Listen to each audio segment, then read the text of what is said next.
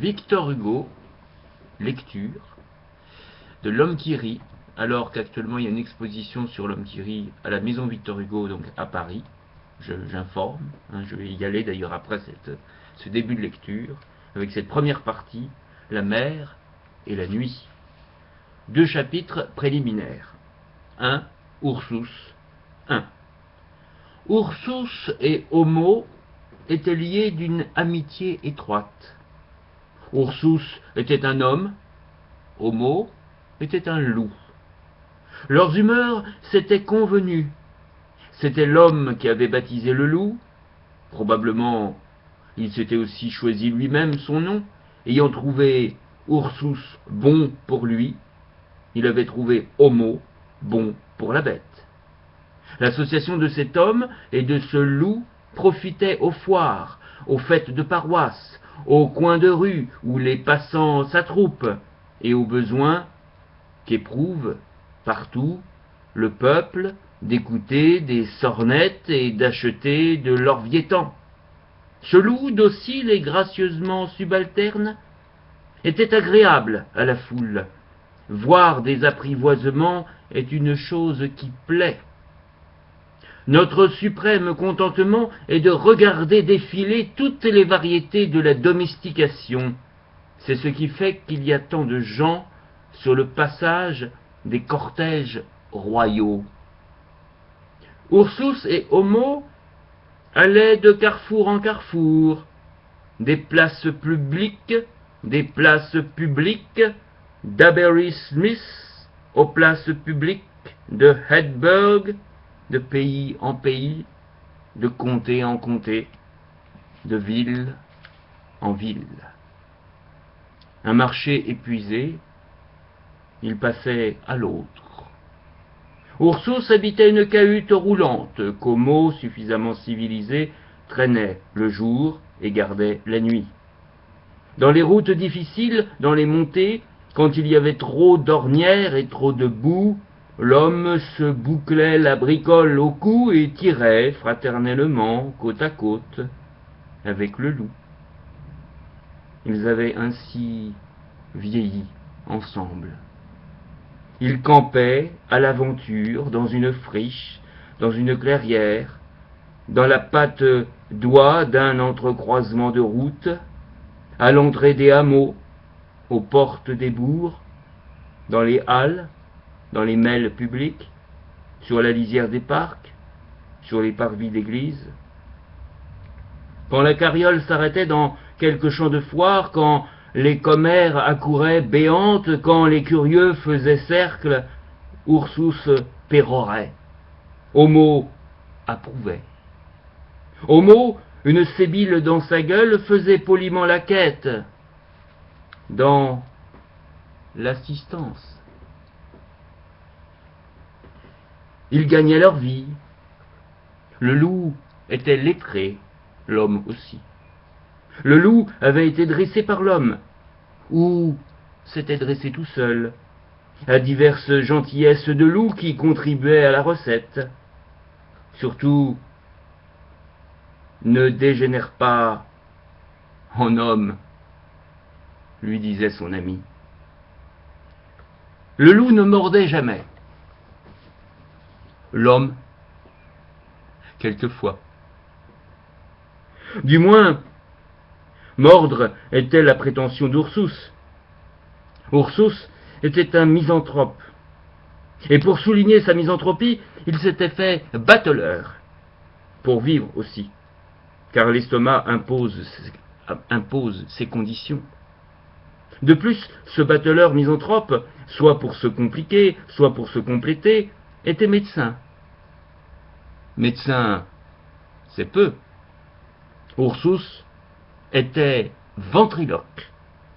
On le voyait parler sans que sa bouche remuât. Il copiait, à s'y méprendre, l'accent et la prononciation du premier venu. La belle vie, la belle vie, la belle vie, la belle vie. Il imitait les voix, à croire entendre les personnes. À lui tout seul, il faisait le murmure de la foule, ce qui lui donnait droit au titre d'angastrémite. Il le prenait. Il reproduisait toutes sortes de cris d'oiseaux. La grive, le grasset, l'alouette pépie, qu'on nomme aussi la béguinette, le merle à plastron blanc, tous voyageurs comme lui. De façon que, par instant, il vous faisait entendre, à son gré, ou une place publique couverte de rumeurs humaines, ou une prairie pleine de voix bestiales. Tantôt orageux comme une multitude, tantôt puéril et serein comme l'aube. Du reste, ces talents-là, quoique rares, existent. Au siècle dernier, un nommé Touzel, qui imitait les cohues mêlées d'hommes et d'animaux, et qui copiait tous les cris de bêtes, était attaché à la personne de Buffon en qualité de ménagerie.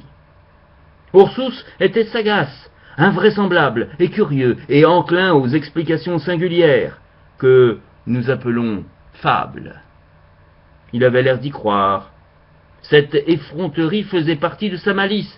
Il regardait dans la main des quidam, ouvrait des livres au hasard et concluait, prédisait des sorts, enseignait qu'il est dangereux de rencontrer une jument noire et plus dangereux encore de s'entendre au moment où l'on part pour un voyage appelé par quelqu'un qui ne sait pas où vous allez. Et il s'intitulait « Marchand de superstition ».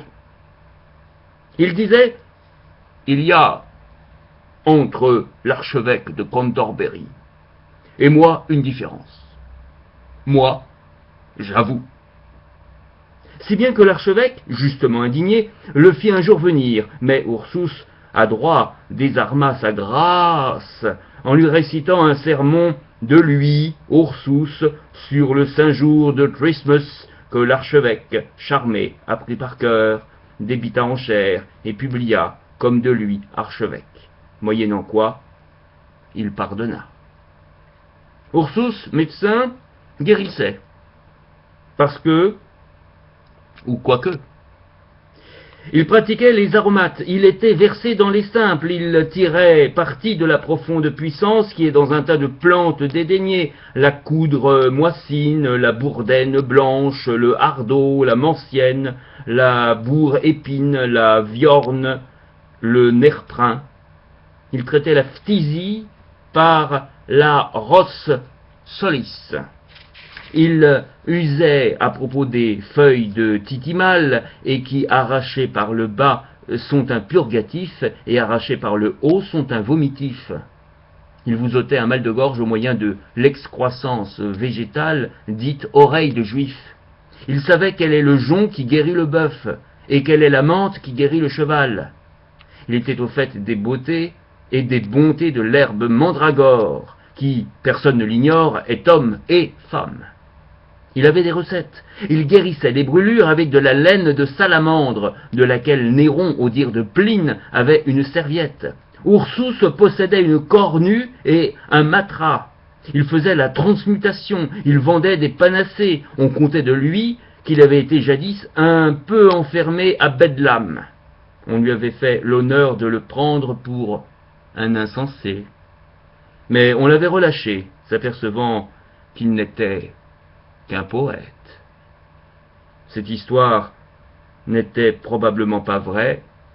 Nous avons tous de ces légendes que nous subissons. C'était donc le début, le tout début de ce magnifique roman qui est quand même assez gros.